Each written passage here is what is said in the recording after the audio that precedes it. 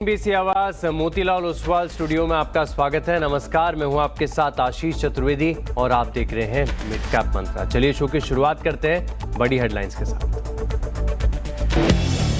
Nifty की weekly expiry के दिन बाजार में रिकवरी का मूड। निफ्टी निचले स्तरों से 125 पॉइंट से ज्यादा सुधरकर 25,600 के करीब। भारतीय एमएनएम, आईसीआईसीआई बैंक और इन्फोसिस ने भरा जोश। बैंक निफ्टी में भी करीब 400 पॉइंट का सुधार। मिड कैप भी हरे निशान से में लौटे। बाजार में रिकॉर्ड एसआईपी निवेश बरकरार। अक्टूबर में एसआईपी निवेश 29,500 करोड़ के पार। इक्विटी फंड में निवेश 19% घटा, लेकिन फ्लेक्सी कैप में निवेश बढ़ा। हाइब्रिड फंड एनएफओ में भी निवेशकों ने डाले पैसे। गाइडेंस घटने से बजाज फाइनेंस में तगड़ी मुनाफा वसूली। शेयर 7% उठकर निफ्टी का टॉप लूजर बना। साथ ही बजाज फिनसर्व भी 7% फिसला। मैनेजमेंट ने ग्रोथ गाइडेंस 100 बेसिस पॉइंट घटाकर 22 से 23% किया। एसएमई और हाउसिंग सेगमेंट में सुस्ती की जताई आशंका। आज के बिग स्टॉक्स में शेयर पर हुआ सटीक एनालिसिस। डिफेंस शेयरों में जोरदार तेजी, करीब 2% चढ़ा इंडेक्स। डिफेंस में 2 से 3% चढ़े बीएल, सोलार और गार्डन रीच शिप बिल्डर्स। वहीं कैपिटल गुड्स, आईटी और ऑटो में भी रौनक। दूसरी और सरकारी बैंक, एनबीएफसीज और थोड़ा सा रियल्टी में है दबाव। आज के बिग स्टॉक स्पॉटलाइट और चार्ट जीपीटी पड़े सटीक। वोडाफोन आइडिया का घाटा कम होने से शेयर करीब 9% चढ़कर बना वायदा का टॉप गेनर। तो वहीं ट्रंप टैरिफ घटने के संकेत से भागे गोकुलदास एक्सपोर्ट्स। उधर स्पॉटलाइट शेयर भारतीय एयरटेल मजबूत और चार्ट जीपीटी शेयर बीएचईएल और इन्फोसिस में भी मजबूती। मैनेजमेंट बदलाव से टूटा ब्रिटानिया, करीब 4% गिरकर वायदा के टॉप लूजर्स में शामिल। कंपनी के वाइस चेयरमैन और एमडी वरुण बेरी ने दिया इस्तीफा। कार्यकाल खत्म होने के 4 साल पहले ही छोड़ा पद। इसके पीछे के षड्यंत्रकारियों को बख्शा नहीं जाएगा। Those responsible। भूटान में पीएम मोदी को 2 टूक। दिल्ली ब्लास्ट की साजिश करने वालों को बख्शा नहीं जाएगा। हमारी एजेंसियां इस साजिश की तह तक जाएंगी।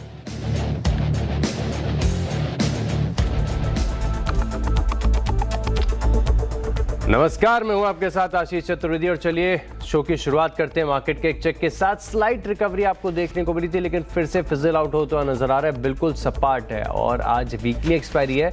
ऐसे में आप एक्सपेक्ट करके चल सकते हैं कि आपको उतार चढ़ाव मार्केट में देखने को मिलेंगे। बात करें निफ्टी की तो लाल से हरे निशान के बीच में झूल रहा है बैंक निफ्टी। इसमें भी स्लाइट लो से रिकवरी आपको देखने को मिल रही है, लेकिन जो हमारा फोकस एरिया होता है मिड कैप, और यहाँ पर अगर आप देखें तो अभी भी हरे निशान में गेंस के साथ कारोबार यहाँ पर आपको नजर आएगा, लेकिन कोई एक्सेप्शनल और बड़े गेंस यहाँ पर देखने को नहीं मिल रहे। स्मॉल कैप थोड़ा सा लैग कर रहा है और तकरीबन अगर आप देखें तो 65 अंकों की गिरावट यहाँ पर आपको नजर आएगी।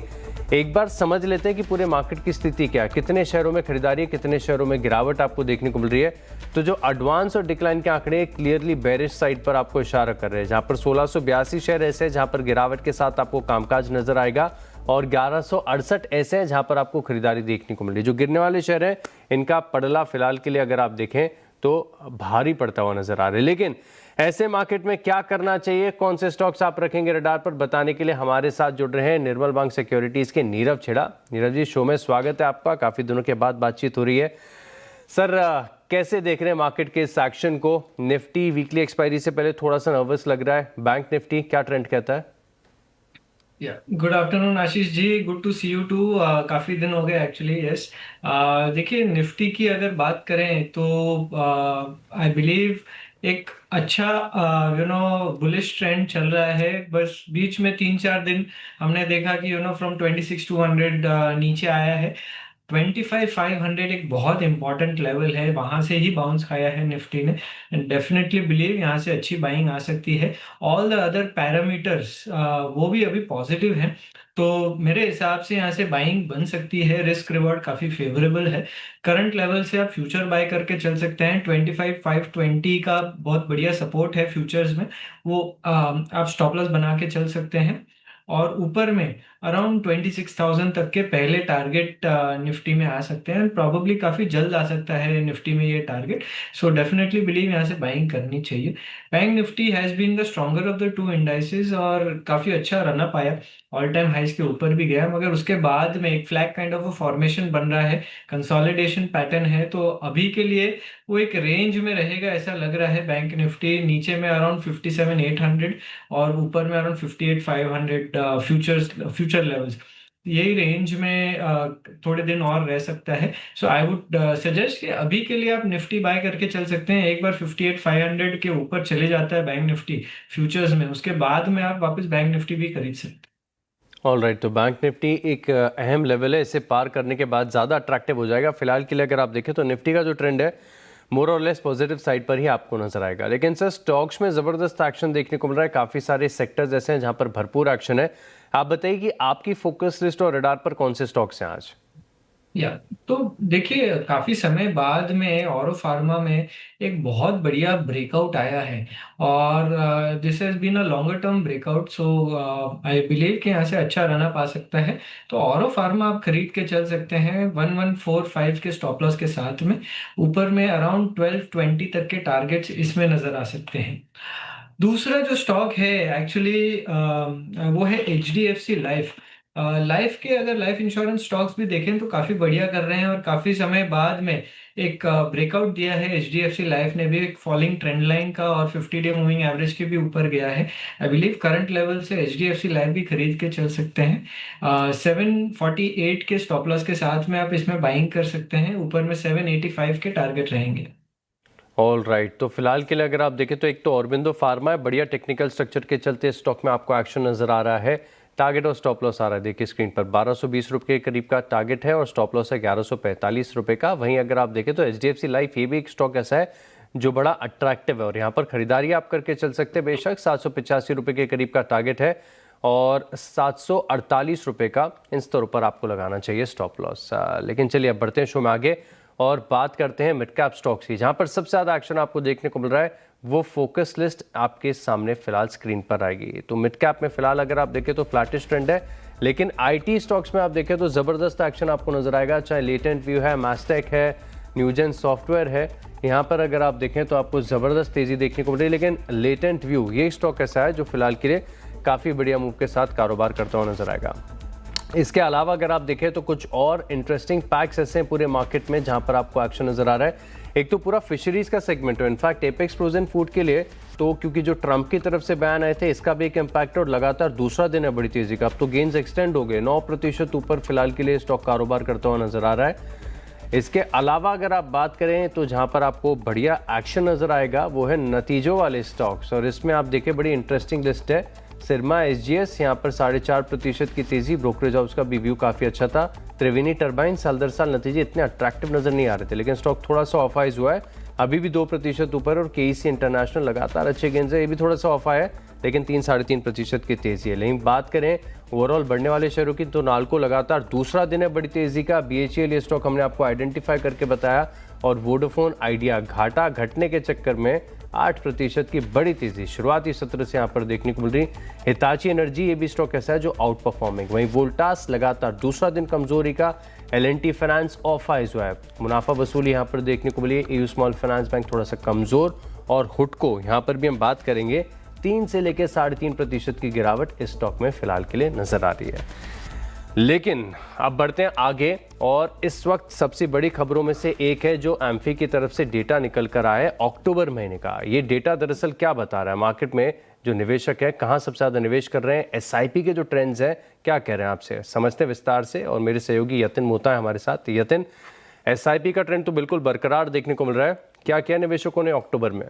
तो अक्टूबर में अगर हम देखें तो कहीं ना कहीं थोड़ा एक स्लो डाउन सा आपको देखने को मिला है। कहीं ना कहीं जो अदर एसेट क्लासेस है, खास करके गोल्ड सिल्वर में प्रदर्शन जो हिसाब से मोमेंटम हुआ है उस हिसाब से यहाँ इक्विटी इन्फ्लो उतना नहीं देखने को मिला है। इनफैक्ट थोड़ा थोड़ा पैसा gold ETFs, hybrid funds, date funds में जाते हुए नजर पड़ रहे हैं, लिक्विड फंड्स में जाते हुए नजर पड़ रहे हैं। तो कहीं ना कहीं फ्लाइट टू सेफ्टी है, लोगों का धीरज थोड़ा डगमगाया है, लेकिन ऐसा भी नहीं है कि कोई ऑफ नंबर हो गया है, कोई एक बड़ी दिक्कत वाली बात है। लेकिन हाँ, पेशेंस जरूर टेस्ट कर रहा है मार्केट। अगर हम पर्टिकुलरली बात करें नेट इक्विटी इन्फ्लोज की तो वो आए हैं 400 करोड़ रुपए के आसपास, जो वहाँ से घट के लगभग 24,000 करोड़ रुपए के आसपास आए हैं। हाइब्रिड फंड्स में इन्फ्लो बढ़ा है, इनफैक्ट महीने दर महीने यहाँ 5,000 करोड़ से ज़्यादा का इन्फ्लो आता हुआ नजर पड़ रहा है। कुल आंकड़ा 14,000 करोड़ के पार होता हुआ नजर पड़ रहा है।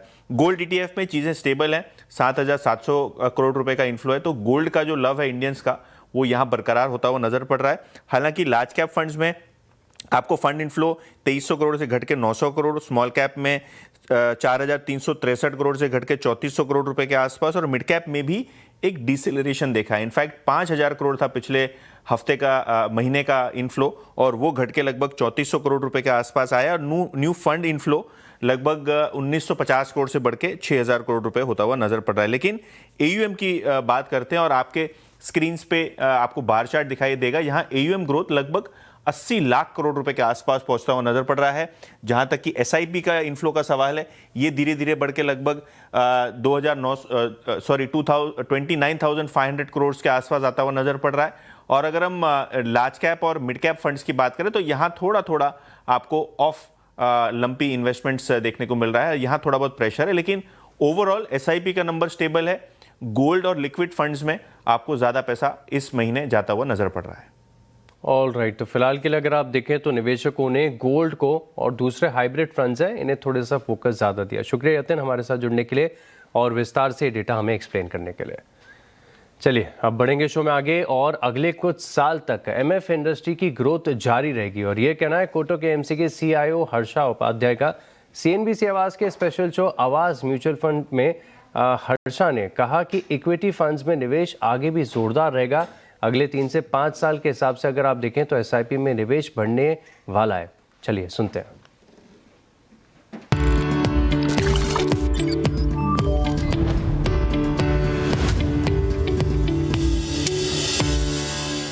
जो SIP बुक की बात हुई अब 29,000 करोड़ मंथली, ये नंबर आपको लग रहा है ये सस्टेन करेगा हर्षा जी अभी भी, या फिर यहाँ से भी और ग्रो कर सकता है? जब ये नंबर पहली बार मुझे याद है जब 16,000 करोड़ हुआ था तो मुझे काफ़ी हैरानी हुई थी कि $2 बिलियन हो गया। अब आज की डेट में हम $3 बिलियन क्रॉस कर चुके हैं। क्या ये नंबर $5 बिलियन, $10 बिलियन भी क्रॉस कर सकता है आगे जाते हुए? देखिए बिल्कुल हो सकता है, लेकिन एवरी मंथ जैसे ग्रो होते जा रहा है वही ग्रो होते रहेगा और उसी पेस से ग्रो होता रहेगा, ये बोलना थोड़ा मुश्किल है।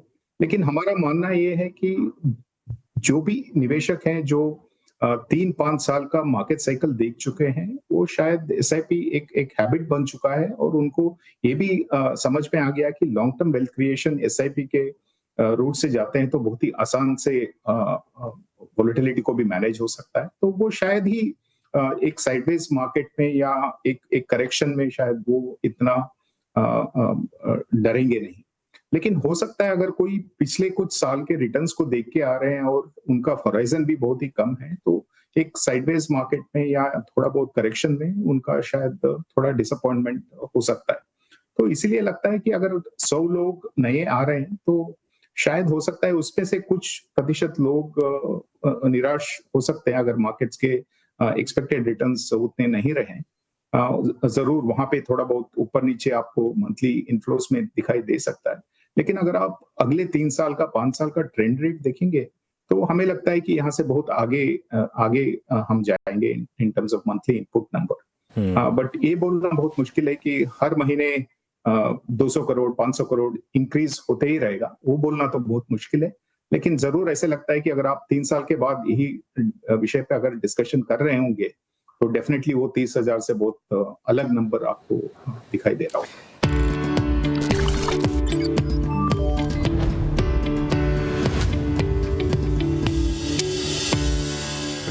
तो अगले 3 से 5 साल काफ़ी बढ़िया देखने को मिल सकते हैं। और चलिए इसी नोट पर एक लेते हैं छोटा सा ब्रेक के बाद कुछ और स्टॉक्स पर चर्चा करेंगे। आप बने रहिए हमारे साथ। आपका स्वागत है और अब बात कर लेते हैं आज के एक्सीडेंट ऑफ द डे की। और बजाज फाइनेंस स्टॉक की बात करना ज़रूरी हो जाता है क्योंकि सुबह से लेकर अब तक लगातार गिरावट यहाँ पर देखने को मिल रही है। इसके कारण समझते हैं विस्तार से। तो दरअसल अगर आप देखें तो यहाँ पर जो AUM ग्रोथ की गाइडेंस है इसे जो घटाया गया, इसे मार्केट ने काफ़ी ज़्यादा नेगेटिवली लिया। खासतौर पर अगर आप देखें तो जो 24 से 25% की पहले थी इसे घटाकर 22 से 23% कर दिया है।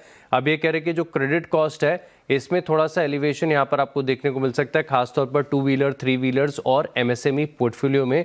और साथ में ये भी करें कि निम्स यहाँ से जो एक्सपांड होना ये थोड़ा सा मुश्किल है। कारण ये है कि अगर कॉस्ट ऑफ फंड्स यहाँ से रिड्यूस भी होते हैं रेट कट के चलते, तो इसका इम्पैक्ट एक ग्राहकों को पास ऑन करते हुए नजर आएंगे। अब दिक्कत की बात ये भी है कि इन्होंने जो MSME लेंडिंग पोर्टफोलियो है इसका जो गाइडेंस है इसे यहाँ पर कट किया गया है। और साथ में अगर आप देखें तो जो असेट क्वालिटी है तिमाही के दौरान ये थोड़ी सी डिटोरिएट हुई है। और जो GNPAs हैं इसमें सीक्वेंशियली 18 बेसिस पॉइंट की बढ़त आपको देखने को मिली, 1.24% का आंकड़ा यहाँ पर आपको नजर आया। अब सबसे बड़ी दिक्कत की बात बजाज फाइनेंस में ये है कि कमजोर प्रदर्शन तो है, ठीक है, लेकिन जिस वैल्यूएशन पर ये चल रहा है बहुत ज़्यादा एक्सपेंसिव है। FY27 forward price to book value के हिसाब से देखें तो 5 टाइम्स है, सबसे महंगी NBFCs में से है। और इसी के चलते हम देख रहे हैं कि 7% से ज़्यादा की तेज़ी, माफ़ कीजिएगा, जो गिरावट है इस स्टॉक में आपको नज़र आ रही है। अब नीरव जी, बड़ी गिरावट ऑलरेडी आ चुकी है यहाँ पर इस स्टॉक के अंदर, क्या लग रहा है? लेकिन लंबी अवधि में स्टॉक पैसा बना के दे देता है, बाय ऑन डिप्स करना चाहिए या फिर दूर रहेंगे? देखिए, ऐसे केस में लॉन्गर टर्म ट्रेंड देखना ज्यादा जरूरी है। लॉन्गर टर्म ट्रेंड में एक higher top higher bottom formation बन रहा है जिसका एक सपोर्ट लेवल अराउंड 970 के पास में आता है ये स्टॉक के लिए। तो मैं अभी थोड़ी देर के लिए तो जरूर रुकूंगा, 1-2 दिनों के लिए। अगर 970 आ जाता है तब जाके बाइंग करनी है विद स्टॉप लॉस ऑफ 950। वहां पे रिस्क रिवॉर्ड थोड़ा फेवरेबल हो जाएगा और फिर एक रिवर्सल स्लो एंड स्टडी आपको दिखेगा ये स्टॉक में। अभी के लिए थोड़ा 1-2 दिन और वेट करें और नीचे बाय ऑन डिप्स करें। वेट कीजिए और निचले स्तर पर मिले तब थोड़ा सा मौका यहाँ पर बन सकता है। तो चलिए इसी के साथ रुकते हैं एक छोटे से ब्रेक के लिए। ब्रेक के बाद चर्चा जारी है, आप बने रहिए हमारे साथ। लास्ट पर कहा है कि इस धमाके के पीछे शामिल षड्यंत्रकारियों को बख्शा नहीं जाएगा। भूटान की यात्रा पर मोदी ने कहा है कि मैं भारी मन के साथ आया हूँ। कल शाम दिल्ली में हुई भयानक घटना से सभी के मन को दुख पहुंचा है। इसके पीछे के जो षड्यंत्रकारी हैं उन्हें बख्शा नहीं जाएगा। पूरा देश पीड़ितों के साथ खड़ा है। आइए सुनते हैं। मैं कल रात भर इस घटना की जांच में जुटी सभी एजेंसियों के साथ, सभी महत्वपूर्ण लोगों के साथ संपर्क में था, विचार विमर्श चलता था, जानकारियों के तार जोड़े जा रहे थे। हमारी एजेंसियां इस षड्यंत्र की तह तक जाएगी। इसके पीछे के षड्यंत्रकारियों को बख्शा नहीं जाएगा। All those responsible will be brought to justice. बिल्कुल साफ शब्दों में अगर आप देखें तो PM मोदी की तरफ से बयान निकल कर आया है। चलिए बढ़ेंगे शो में आगे और देख लेते हैं कि आज के जो खिलाड़ी हैं हमारे साथ जो जुड़े थे 11 बजे, इनका प्रदर्शन किस प्रकार देखने को मिल रहा है। तो फिलहाल धोनी जी के पोर्टफोलियो में 5.5% का डेंट है। पंकज जी का पोर्टफोलियो वहीं आप देखें तो 5.3% की तेजी के साथ लीड कर रहा है, तीनों में सबसे आगे। और दूसरे नंबर पर चल रहे हैं धूपेश जी, जिनके पोर्टफोलियो में 2.28% की तेजी फिलहाल के लिए यहाँ पर आपको देखने को मिल रही है। तो इंटरेस्टिंग एक्शन है यहाँ पर आपको देखने को मिलेगा। इसी के साथ जो अगला कार्यक्रम है आपके लिए ये भी बहुत इंटरेस्टिंग है, क्योंकि KYC में हम मैनेजमेंट से बात करेंगे और हमारे साथ जो जुड़ेंगे इस शो के बाद बड़ा इंटरेस्टिंग है। फिजिक्स वाला जो IPO खुला है इसके को-फाउंडर और फुल टाइम डायरेक्टर प्रतीक महेश्वरी जुड़ेंगे, तो आपको बिल्कुल बने रहना है हमारे साथ। और चलिए इसी के साथ नीरव जी आपका भी बहुत बहुत धन्यवाद हमारे साथ जुड़ने के लिए, कन्विक्शन वाले आइडियाज़ और मार्केट पर जो ट्रेंड है हमारे साथ शेयर करने के लिए। इस शो में इतना ही, आप बने रहेंगे CNBC आवाज़ के साथ। नमस्कार।